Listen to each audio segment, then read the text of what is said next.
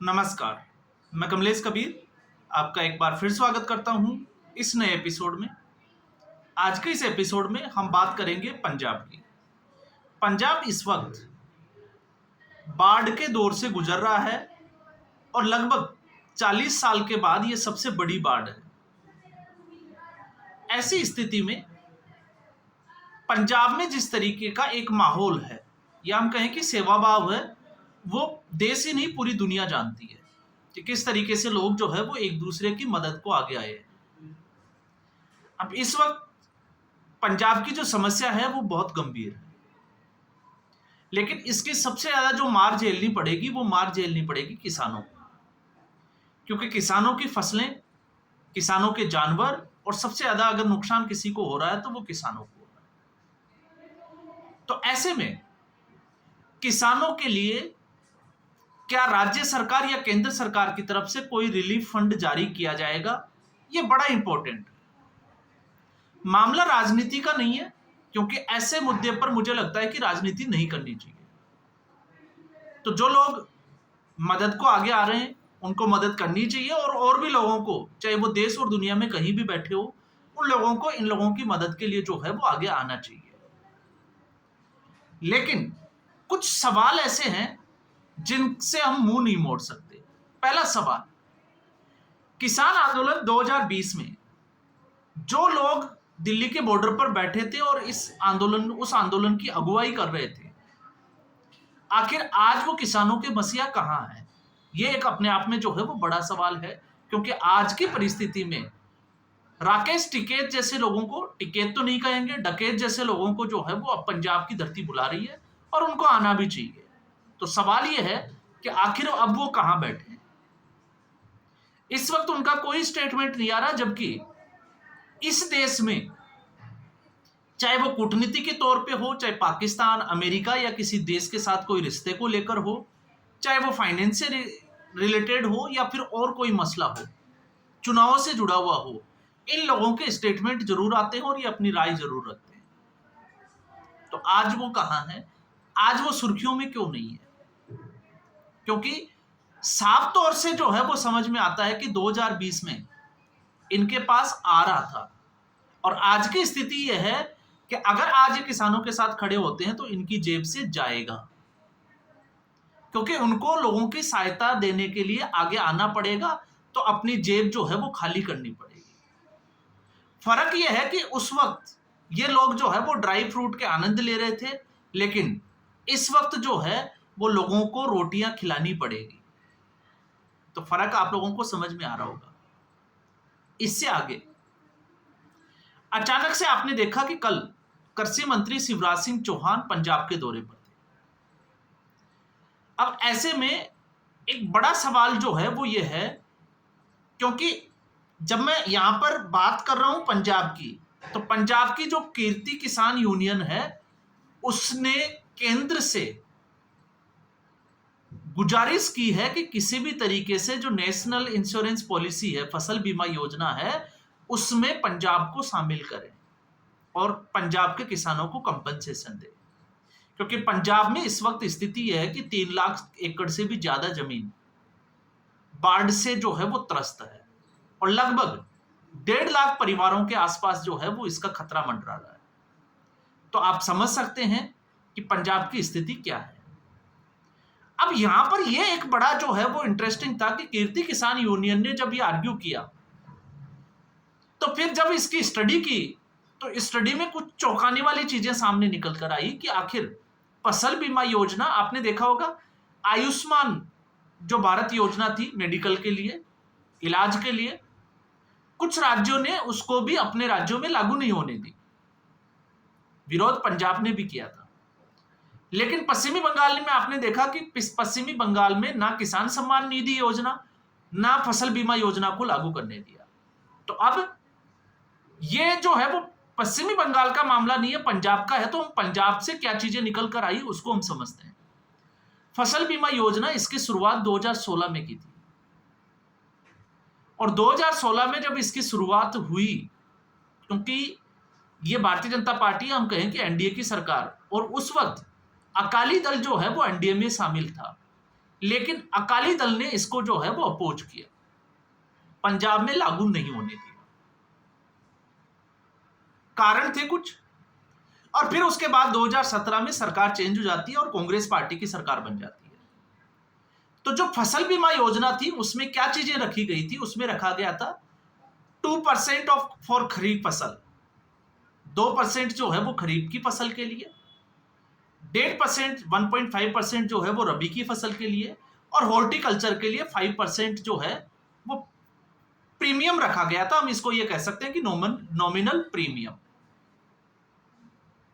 लेकिन 2017 में जब कांग्रेस पार्टी की सरकार आई तो उन्होंने इसका विरोध किया, क्लस्टर मॉडल का, और फिर उसके बाद में ये बातें आगे बढ़ती चली गई, इसको लागू ही नहीं होने दिया। और लागू नहीं होने दिया तो कुछ फैक्ट्स जो है वो मैं अब निकाल कर लेकर आया हूं। जिस तरीके से, क्योंकि फसल बीमा योजना तो लागू नहीं हुई, लेकिन 2019 में भी इसी तरीके से अगर हम देखें तो उस वक्त कैप्टन अमरिंदर सिंह की सरकार थी, और उस वक्त 1.72 लाख, एक लगभग जो है वो 1.25 लाख एकड़ जो भूमि थी वो इसी तरीके से बाढ़ में डूबी हुई थी। तब कैप्टन अमरिंदर सिंह ने 12,000 रुपए पर एकड़ के हिसाब से कंपनसेशन दिया। उसके बाद 2021 में सीएम थे चन्नी, कुछ समय के लिए सीएम बने थे, और चन्नी के समय में उस वक्त जो है वो कपास में एक रोग आया था, पिंक बॉलवर्म, एक कीड़े की वजह से। उस वजह से जो है वो कपास की फसल खराब हुई, और उस वक्त दिया गया 17,000 रुपए पर एकड़ के हिसाब से। अब यहां पर आ जाता है आम आदमी पार्टी का दौर, क्योंकि इस वक्त भी आम आदमी पार्टी की सरकार है, और आपको यह पता होना चाहिए कि चल क्या रहा है। राजनीतिक पार्टियां अपनी राजनीति चमकाने के लिए, क्योंकि केंद्र सरकार और राज्य सरकार के बीच संबंधों को लेकर 3 तरीके के हमारे संविधान में अनुच्छेद है, सूचियां बनी हुई है, एक केंद्र की, दूसरी राज्य की, और तीसरी समवर्ती सूची। समवर्ती सूची ये कहती है कि अगर केंद्र सरकार कोई पॉलिसी लेकर आती है तो राज्य सरकार उसको डिनाई नहीं कर सकती, उसको मना नहीं कर सकती, लेकिन फिर भी किया जाता है अपने राजनीतिक फायदे के लिए। और यहां पे भी वही चीजें नजर आ रही है, क्योंकि 2023 में भी फ्लड जो है वो अफेक्टेड फार्मर्स को पैसा दिया गया, लेकिन आम आदमी पार्टी सीधे जहां 12,000 रुपए एकड़ और 17,000 रुपए एकड़ का था, वो 6,800 रुपए एकड़ के हिसाब से दिए गए। अब उसके बाद में 2024 में आम आदमी पार्टी ने फिर से जो है वो इस योजना में शामिल होने से मना कर दिया, और यह कह दिया कि हम लोग जो है वो राज्य सरकार की तरफ से बीमा करेंगे, लेकिन वो अब तक नहीं आया। तो ऐसी स्थिति में सवाल क्या खड़ा होता है? सवाल ये उठता है कि राज्य सरकार ने केंद्र सरकार की जो फसल बीमा योजना थी उसको तो लागू नहीं होने दिया, लेकिन राज्य सरकार ने भी ऐसी कोई फसल बीमा योजना लागू नहीं की। तो फिर ये जो सवाल है वो ये है कि जिन किसानों की फसलें बर्बाद हुई है, और फसलें ही बर्बाद नहीं हुई, क्योंकि अब जब पानी हटेगा तो उसके बाद में आप देखोगे कि वहां पर जो रेता आ गया तो अगली फसल के लिए भी मुश्किलें होने वाली है। तो ऐसी स्थिति में किसानों को मुआवजा कौन देगा? तो जो किसानों के लड़ाइयां लड़ने की बात कर रहे थे, अब वो तो हट गए पीछे, अब किसान छूट गए। अब किसान कहां जाए, केंद्र सरकार के पास या राज्य सरकार? हालांकि केंद्र सरकार ने आश्वासन दिया है कि वो इसके ऊपर कुछ जो है वो अच्छा ही करेगी, लेकिन उस वक्त तर्क क्या दिए जा रहे थे? क्योंकि कृषि सुधार कानून की हम बात कर सकते हैं या फिर फसल बीमा योजना। तो फसल बीमा योजना में कुछ मैंने जो है वो तर्क निकाले राज्य सरकार के, कि राज्य सरकार केंद्र सरकार की उस फसल बीमा योजना को लागू क्यों नहीं होने देती। तो पहला था, प्रधानमंत्री फसल बीमा में प्रीमियम सीधे बैंक से काटा जाता है ताकि कंपनी को पैसा समय पर मिल सके। ये एक जो है वो सवाल उठाया गया, और इसका तर्क क्या दिया, ये पंजाब सरकार की तरफ से उठाया गया एक सवाल है। तर्क क्या था? इससे नुकसान ये होगा कि जैसे मान लो किसान के एक से ज्यादा बैंकों में लोन है, और हम कह सकते हैं कि मान लो 2 बैंकों में उसके खाते हैं, तो अलग अलग बैंकों से उसके पैसे कट जाएंगे। हालांकि ऐसा संभव नहीं है, लेकिन इस तरीके का जो है वो तर्क दिया गया हरियाणा को लेकर। लेकिन आज जिस हरियाणा को लेकर ये तर्क दे रहे, उसी हरियाणा ने जो है वो किसानों के लिए एक पोर्टल बना रखा है, और उस पोर्टल पे कैसे काम चल रहा है आप खुद जो है वो उसकी स्टडी करके देखें। और पंजाब इसमें जो है वो पीछे छूटता चला गया। उसके बाद में अगला जो तर्क जो था वो इस आधार पे था कि कुल फसल का 10% से कम नुकसान होने पर ही फसल बीमा योजना जो है वो लागू होगी, मुआवजा दिया जाएगा। तो इसलिए हम लोग जो है वो केंद्र सरकार की इस योजना का विरोध करते हैं। क्यों? तर्क ये था कि पंजाब जो है वो 7% में आता है, क्योंकि पंजाब में 7% से ज्यादा नुकसान ही नहीं होता। तो अगर नेचुरल डिजास्टर में फ्लड की अगर हम बात करें तो फिर फ्लड का नुकसान कितना है आज जो है वो शायद किसानों को समझ में आ रहा होगा। इसके अलावा बीमा कंपनी की जवाबदेही तय नहीं है। ऐसे में कंपनी किसानों का शोषण कर सकती है। ये ठीक 2020 से मिलता जुलता है किसान आंदोलन से। और हरियाणा के जो किसान थे उनका धान का पैसा अभी तक नहीं आया। किस संदर्भ में दिया जा रहा है? हरियाणा के संदर्भ में। तो राज्य सरकार का तर्क क्या है? राज्य सरकार का तर्क यह है कि राज्य सरकार जो है वो अपनी तरफ से एक फसल बीमा योजना लेकर आएगी जिसमें उस कंपनी की जवाबदेही तय की जाएगी। तो फिर अब तक क्यों नहीं की गई? आप सोचकर देखिए। तो इससे आपको यह मिलेगा कि कौन सी सरकार जो है वो किसानों की हितैषी है।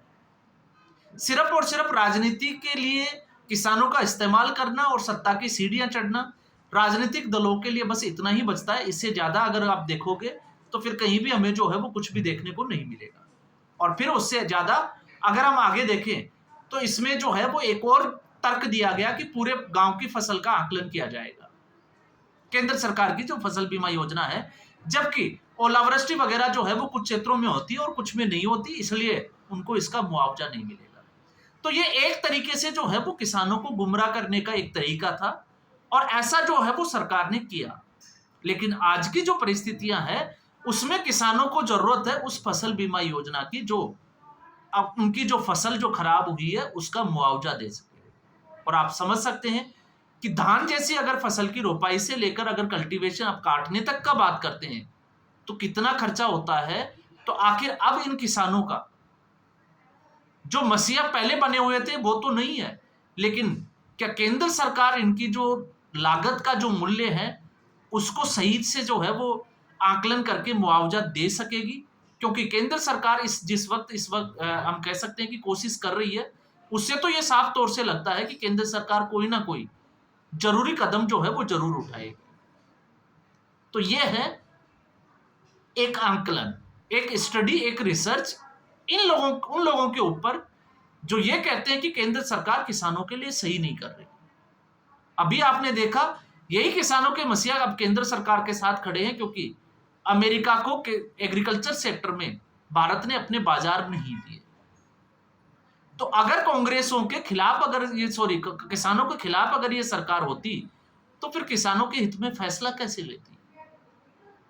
मानते हैं मानवीय गलतियां हैं, टेक्निकल जो है वो गड़बड़ हो सकती है, क्योंकि कोई भी चीज नहीं अगर लागू की जाती है तो उसमें खामियां हो सकती है। लेकिन खामियां अगर हम देखें तो उसमें सुधार भी किया जा सकता है। उन खामियों के आधार पर हम किसी भी योजना का विरोध नहीं कर सकते। जिस तरीके से आज भी पश्चिमी बंगाल जैसे राज्य जो है वो किसान सम्मान निधि योजना से दूर बैठे हैं, उनको इस योजना का कोई लाभ नहीं मिल रहा।